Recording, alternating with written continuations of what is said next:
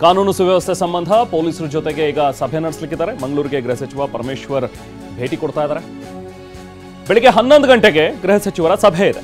ಅದಾದ ನಂತರ ಪ್ರೆಸ್ಗೆ ಬ್ರೀಫ್ ಮಾಡ್ತಾರೆ. ಜಿಲ್ಲಾ ಉಸ್ತುವಾರಿ ಸಚಿವ ದಿನೇಶ್ ಗುಂಡೂರಾವ್ ಕೂಡ ಉಪಸ್ಥಿತರಿರ್ತಾರೆ. ಸಭೆಯಲ್ಲಿ ಡಿಸಿ, ಎಡಿಜಿಪಿ, ಕಮಿಷನರ್, ಎಸ್ಪಿ ಎಲ್ಲರೂ ಕೂಡ ಭಾಗಿಯಾಗ್ತಾ ಇದ್ದಾರೆ. ಮಂಗಳೂರಿನಲ್ಲಿ ಸುಹಾಸ್ ಶೆಟ್ಟಿ ಹತ್ಯೆ ಏನಾಯ್ತಲ್ಲ, ಮೊನ್ನೆ ನಡೆದಂತಹ ಒಂದು ಹತ್ಯೆ ಪ್ರಕರಣ, ಸೊ ಅದಕ್ಕೆ ಸಂಬಂಧಪಟ್ಟಂತೆ ಗೃಹ ಸಚಿವರು ಭೇಟಿ ನೀಡಿ ಪರಿಶೀಲನೆಯನ್ನು ಮಾಡ್ತಾ ಇದ್ದಾರೆ. ಈಗಾಗಲೇ ಈ ಪ್ರಕರಣಕ್ಕೆ ಸಂಬಂಧಪಟ್ಟಂತೆ ಒಂದು 8 ಜನರನ್ನ ವಶಕ್ಕೆ ಪಡೆದಿದ್ದಾರೆ ಅನ್ನುವಂಥದ್ರ ಬಗ್ಗೆ ಮಾಹಿತಿ ಇದೆ. ಸದ್ಯಕ್ಕೆ ಅವ್ರನ್ನ ವಿಚಾರಣೆ ನಡೆಸಲಾಗ್ತಾ ಇದೆ. ಇವರ ಪಾತ್ರ ಏನು, ಯಾರೆಲ್ಲ ಇದ್ರು, ಯಾಕಂದ್ರೆ ಆ ದೃಶ್ಯಗಳಲ್ಲಿ ಗಮನಿಸ್ತಾ ಇದ್ರೆ ಇದು ಕೇವಲ ಒಂದು 2-3 ಜನ ಸೇರಿ ಮಾಡಿರುವಂಥದ್ದಲ್ಲ. ಯಾಕಂದ್ರೆ ದೃಶ್ಯದಲ್ಲೇನೆ ಹೊಡಿತಾ ಇರೋರೇನೆ 4-5 ಜನ ಇದ್ದಾರೆ. ಹಾಗೆ ಅಲ್ಲಿ ಸಪೋರ್ಟ್ ಮಾಡಿದಂಥವ್ರು ಒಂದಷ್ಟು ಜನ. ಸೊ ಹಾಗಾಗಿ ಹೆಚ್ಚು ಜನ ಸೇರ್ಕೊಂಡೇ ಪ್ಲಾನ್ ಮಾಡಿ ಇದನ್ನು ಕೊಲೆ ಮಾಡಿದ್ದಾರೆ ಅನ್ನುವಂಥದ್ದು ಸ್ಪಷ್ಟ. ಅವರೆಲ್ಲರನ್ನು ಕೂಡ ವಶಕ್ಕೆ ಪಡೆದು ಸದ್ಯಕ್ಕೆ ಈಗ ವಿಚಾರಣೆ ನಡೀತಾ ಇದೆ. ಇದೆಲ್ಲದ್ರ ಬಗ್ಗೆ ಬ್ರೀಫ್ ಮಾಡುವ. ಸರ್, ನನ್ನ ರೆಸಿಗ್ನೇಷನ್ ಯಾಕೆ ಸರ್? ನಾನೇ ಜಾಬ್ಸ್ ನ ಕ್ರಿಯೇಟ್ ಮಾಡಿ ಬಾಸ್ ಆಗ್ಬೇಕು ಅಂತಿದ್ದೀನಿ. ಹೇಗೆ? Boss Vala B the boss ಅಂತ ಸಾಧ್ಯತೆಗಳಿವೆ. ಗೃಹ ಸಚಿವರು ಮಂಗಳೂರಿಗೆ ಭೇಟಿಯನ್ನು ನೀಡಿದ್ದಾರೆ.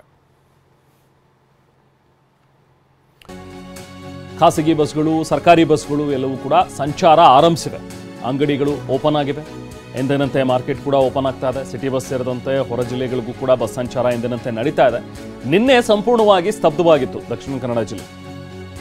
ಈಗ ಬಸ್ ಸಂಚಾರ ಎಲ್ಲವೂ ಕೂಡ ಆರಂಭವಾಗಿದೆ. ಅಷ್ಟೇ ಅಲ್ಲ, ಅಂಗಡಿಗಳು ಕೂಡ ನಿನ್ನೆ ಬಂದ್ ಮಾಡಿದ್ರು. ಕೆಲವೊಂದಷ್ಟು ಜನ ಸ್ವಯಂ ಪ್ರೇರಿತರಾಗಿ ಬಂದ್ ಮಾಡಿದ್ರು, ಕೆಲವೊಂದಷ್ಟು ಜನ ಬಲವಂತವಾಗಿ ಬಂದ್ ಮಾಡಿಸಲಾಗಿತ್ತು. ಬಟ್ ಈಗ ಸಹಜ ಸ್ಥಿತಿಗೆ ಮರಳಿರುವಂಥದ್ದು ದೃಶ್ಯಗಳಲ್ಲೂ ಕೂಡ ನಾವು ಗಮನಿಸಬಹುದು. ಅಂಗಡಿ ಮುಂಗಟ್ಟುಗಳನ್ನೆಲ್ಲವೂ ಕೂಡ ತೆರೆದಿದ್ದಾರೆ. ನಾವು ಪ್ರತಿನಿಧಿ ಅಶೋಕ್ ಪೂಜಾರಿ ಸ್ಥಳದಿಂದ ಪ್ರತ್ಯಕ್ಷ ವರದಿ ನೀಡಿದ್ದಾರೆ. ಬನ್ನಿ ನೋಡೋಣ. ಮಂಗಳೂರಿನಲ್ಲಿ ಹಿಂದೂ ಕಾರ್ಯಕರ್ತ ಸುಹಾಸ್ ಶೆಟ್ಟಿ ಹತ್ಯೆಯ ಬಳಿಕ ಮಂಗಳೂರಿನಲ್ಲಿ ಕೆಲವೊಂದಿಷ್ಟು ಅಹಿತಕರ ಘಟನೆಗಳಿಗೂ ಕೂಡ ಕಾರಣವಾಗಿತ್ತು. ನಿನ್ನೆ ದಕ್ಷಿಣ ಕನ್ನಡ ಜಿಲ್ಲೆ ಸಂಪೂರ್ಣವಾಗಿ ಬಂದ್ ಆಗಿತ್ತು. ಆದರೆ ಇವತ್ತು ಸಹಜ ಸ್ಥಿತಿಗೆ ಮಂಗಳೂರು ಬರ್ತಾ ಇದೆ. ನಾನೀಗ ಮಂಗಳೂರಿನ ಸ್ಟೇಟ್ ಬ್ಯಾಂಕ್ ಬಳಿ ಇದ್ದೇನೆ.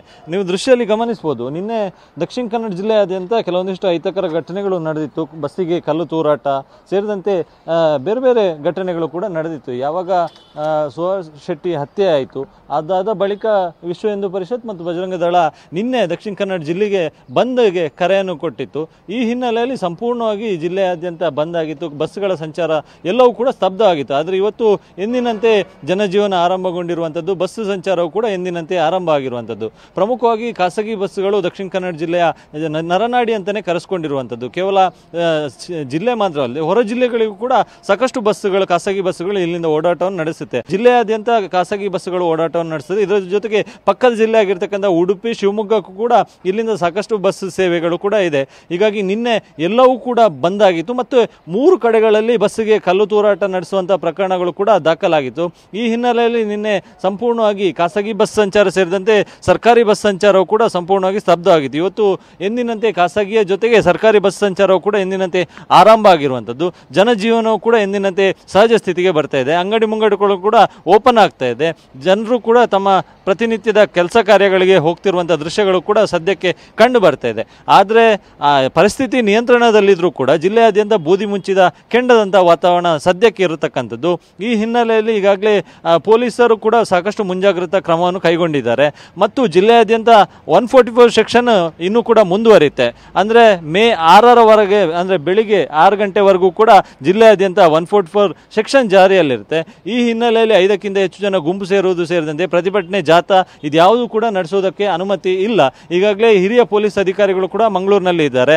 ಇವತ್ತು ಗೃಹ ಸಚಿವ ಪರಮೇಶ್ವರ್ ಅವರು ಕೂಡ ಪೊಲೀಸ್ ಅಧಿಕಾರಿಗಳ ಜೊತೆ ಸಭೆಯನ್ನು ಕೂಡ ಮಾಡಲಿಕ್ಕಿದ್ದಾರೆ.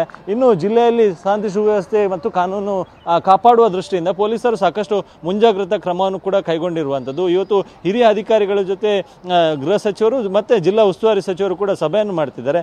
ಮುಂದಿನ ದಿನಗಳಲ್ಲಿ ಕಾನೂನು ಸುವ್ಯವಸ್ಥೆ ಕಾಪಾಡುವ ನಿಟ್ಟಿನಲ್ಲಿ ಏನೇನು ಕ್ರಮಗಳನ್ನು ಕೈಗೊಳ್ಳಬೇಕು ಆ ನಿಟ್ಟಿನಲ್ಲಿ ಕೂಡ ಸಲಹೆ ಸೂಚನೆಗಳನ್ನು ನೀಡಲಿಕ್ಕಿದ್ದಾರೆ. ಕ್ಯಾಮ್ರಾ ಪರ್ಸನ್ ರಾಜೇಶ್ ಜೊತೆ ಅಶೋಕ್, ಟಿವಿ9 ಮಂಗಳೂರು.